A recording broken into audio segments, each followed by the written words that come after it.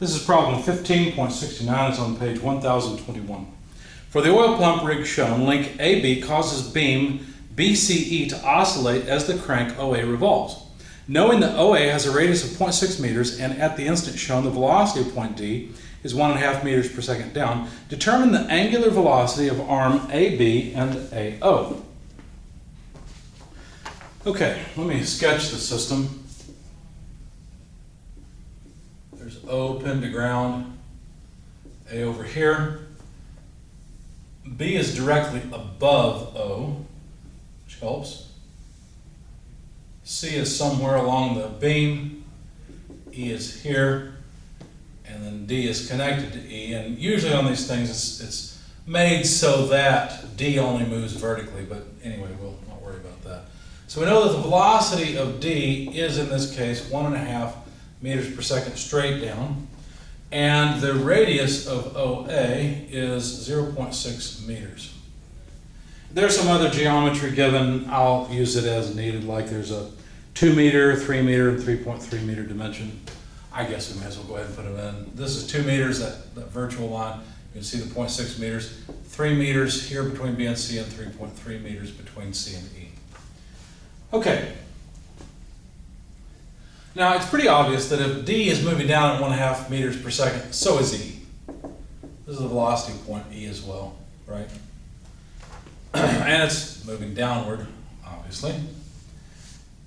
So let's see if we can find or set up an equation for BCE, which is this beam that's pivoting back and forth, or up and down. Well, V equals omega cross R, so wouldn't the velocity of E times omega BCE times a radius equal the velocity of E? What radius? Well, the radius from ground to E, right? So the 3.3, in other words, we could rearrange this and plug in distance CE here to get the angular speed of BCE. So this is 1.5 meters per second, all divided by 3.3 meters. That gives us 0.45 repeating, both the 4 and the 5 repeat, radians per second, and that would be clockwise. Just looking at the sense if E is moving down, then the thing is rotating clockwise. From that, we can calculate the velocity of B at the other end of the beam. Because notice we weren't asked to find the angular speed here. We were asked to find the angular speed of AB and OA. The velocity of point B would be omega BCE times distance BC. Just an omega cross R again, right? Point B is moving on a circle. What circle? The circle based at C. So omega BCE, which we now know, 0.45 repeating radians per second multiplied by 3 meters will give us the velocity of point B. And we'd expect it to be lower than the velocity of E because there's a shorter distance there. That comes out to 1.36 repeating. It's just, well, it's the 3 and the 6 that are repeating meters per second, which is less than 1.5 meters per second. So this all makes sense. And of course, this direction would be upward. Unless the beam is braking, when E moves downward, B moves upward. Now, to write the velocity of point A, well, we could go across from point B to point A. In other words, use a relative velocity equation to write that the velocity of A equals the velocity of B plus the relative velocity of A with respect to B. And so that would be the velocity of B, which we know something about, plus omega AB cross R from where to where? From B to A. B is the reference, you see. That's what we chose. You could have used AB, but you'd have to flip-flop the velocity of A and B in the equation, then be okay. It'd be the same thing. And neither one is preferred. You can use either. It'll be just fine. Now notice that A, right here, is coming off of a horizontal arm. In other words, this arm as it rotates is only moving up or down at this point, right? As a matter of fact, you can tell intuitively it must just be moving up, right? Because that's a right angle to a horizontal line for the velocity. So the velocity of A has to be nothing in the I direction, but whatever magnitude it has in the J direction on the left-hand side. On the right-hand side, the expression we had for the velocity of B, well, the velocity of B was also only in the J direction, right? B is similarly moving about a point here, so it must also only have a vertical velocity. Plus whatever the angular speed of AB is. Now that would be in the K direction, out of the board, if we use our typical X, Y coordinate system, which I've already alluded to by using these I and J terminology. So omega ABK cross the vector from B to A. Well, the vector from B to A looks like this. It has negative components in both the I and the J directions. So let's just put its magnitude out here, RBA. Or better yet, you know what, let's just put the vector in itself. It's easy enough to do, because you have to move back by 0.6 meters in the I direction and down by 2 meters in the J direction in order to move from B to A.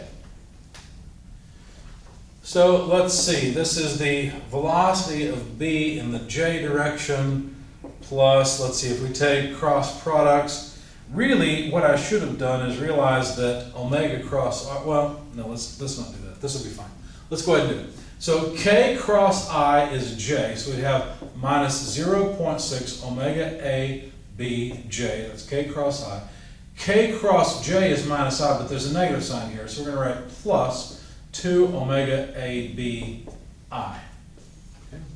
Double check, K cross I is J, so the negative sign rides, K cross J is negative I, so the two negative signs cancel. All right? If we look at the I component, what do you notice? 0 on the left-hand side equals, let's see, well, there's only one term, 2 omega AB. So the AB member is not rotating. That makes sense. A and B are moving vertically only.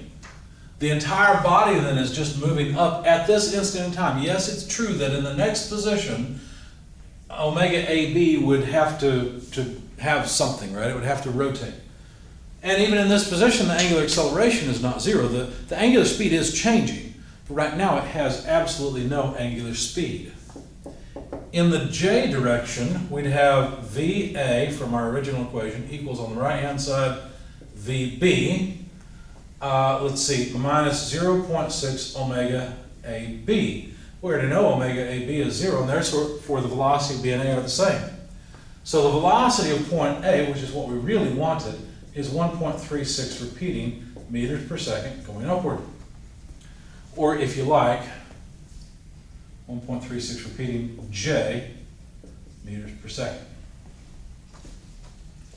Now the velocity of point A is also a point moving around on a circle. So that velocity equals omega AO cross with a vector from, now where's our vector? Well, we're going to go, it's cross R, so from the reference O to A. It doesn't matter if you say AO or OA, this refers just simply to the body. But this makes a difference because we have to go from and to a reference to the point of interest. Our reference is O. So we need this cross product to get the velocity of A. Pulling out the magnitudes, it would just be omega AO ROA. And let's think about it. This vector is in the K direction, isn't it? Omega AO is in the K direction. ROA is in the negative I direction. So we're going to have a K cross I, which would be J, except there's this negative sign, so in the negative J direction. Okay. So we already know the velocity of point A. It's 1.36 J meters per second squared. We figured that out by the relative motion equation going across AB. So on the right-hand side, omega AO is the only unknown because length OA is known as 0.6 meters. And this is, let's see, in the negative J direction. Right? So that means omega AO must be equal to 1.36, and I forgot the repeating part, divided by 0.6. Now let's be careful. The 1.36 would have units of meters per second. The 0.6 has units of meters. So these are radians per second. Plug all this into, and let's not forget the negative sign here. I dropped that. So let's put the negative sign where it goes. And so this comes out to negative 2.27, where the 27 repeats forever, radians per second, and that would be therefore clockwise. So the angular speed of OA is 2.27 radians per second, like this. AB is not rotating, and that's what they wanted us to find, is the angular velocities of those two members.